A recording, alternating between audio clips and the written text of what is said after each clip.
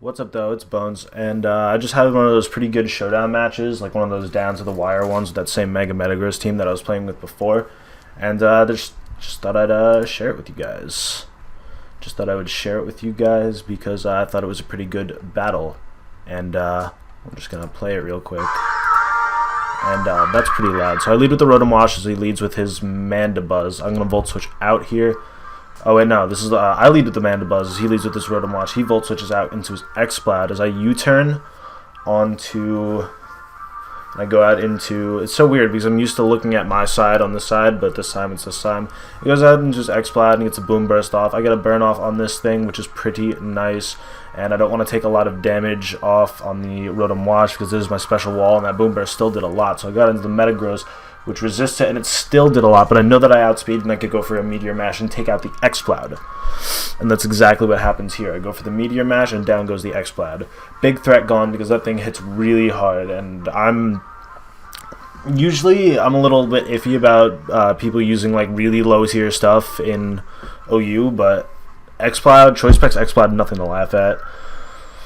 But he goes into his Rotom Washes. I get a burn off on this thing, which is nice. It's really nice. And he's going to get hurt by the burn, and he's going to Volt Switch out. He does win what I believe to be a speed tie, but it's not a speed tie, because later on you will see that he is in fact Scarfed. So I'm going to Volt Switch out on the Conkeldurr, which did decent damage on the Conkeldurr.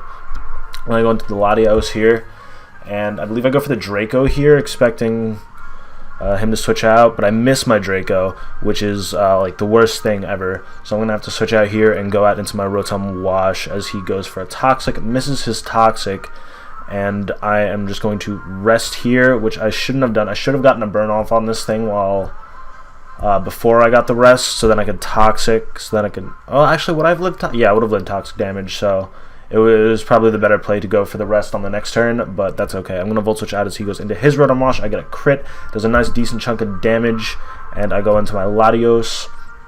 I believe I go for another Draco here, or a Psychic, as he goes into the Porygon 2. I go for the Draco, which does literally 0, and I have to switch out again here. Go out into the Metagross, as he switches out, goes into his Rotom Wash.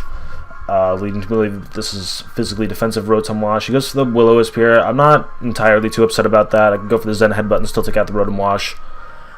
And that's not bad. That's not bad. As he goes into his Beedrill. I don't want to catch a U-turn here, but he's going to protect first.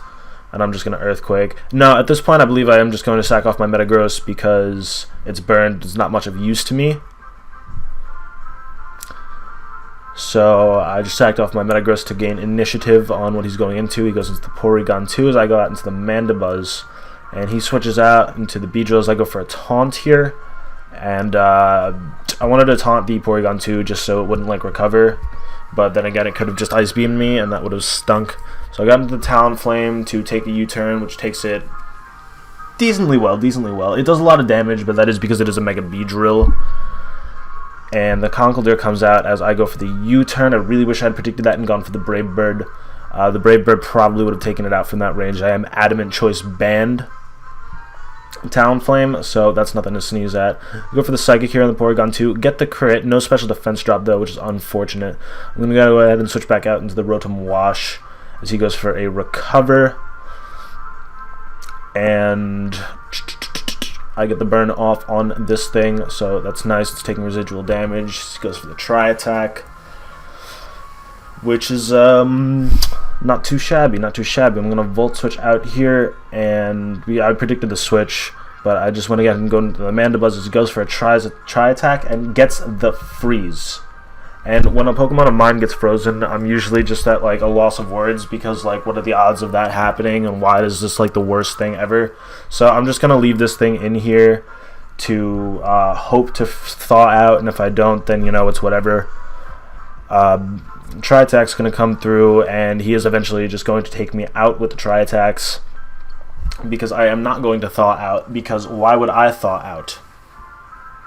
It actually takes me out with an Ice Beam, that's right, I forgot.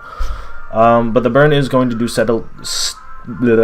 steady damage on this thing. As I go for a Hydro Pump, it does nothing at all. He goes for a Tri-Attack. I'm just going to go ahead and go for another Rest here. Yeah, go for another rest here, and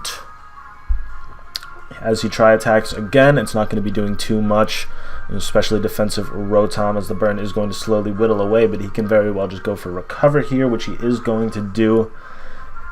And this gets a little bit stally here. As he, no, he does not. It's not stally. He goes right out into the Beedrill, so I am going to switch out into the Talonflame, but assuming the U-turn didn't happen. I actually got a Poison Jab, and now I go out into the Latios, and he's going to go back out into his Porygon 2 to take a Psychic, and in combination with the Burn, another Psychic will take it out, which is fantastic. So that the Porygon 2 is gone.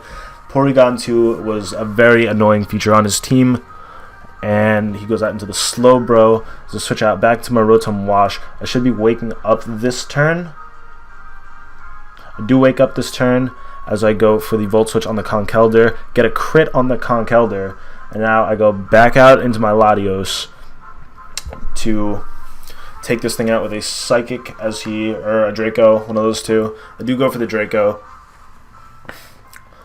On the off chance that he would switch, a Draco would have done a lot of damage to both the Slowbro and the Beedrill, especially the Beedrill.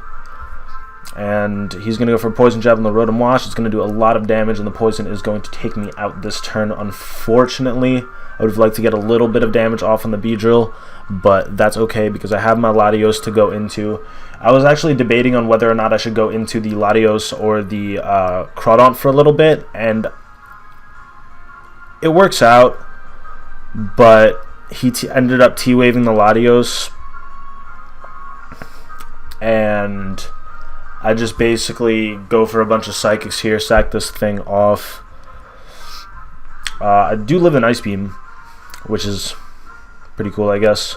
But he is just going to go for the Slack off here as I just try to get some more damage off on this thing. But he is going to get back up to full with the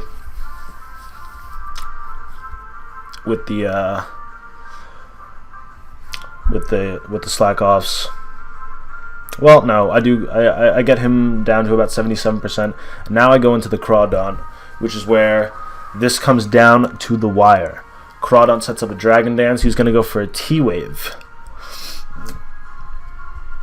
Now the thing is, Crawdaunt is going for knockoff right here, and bop!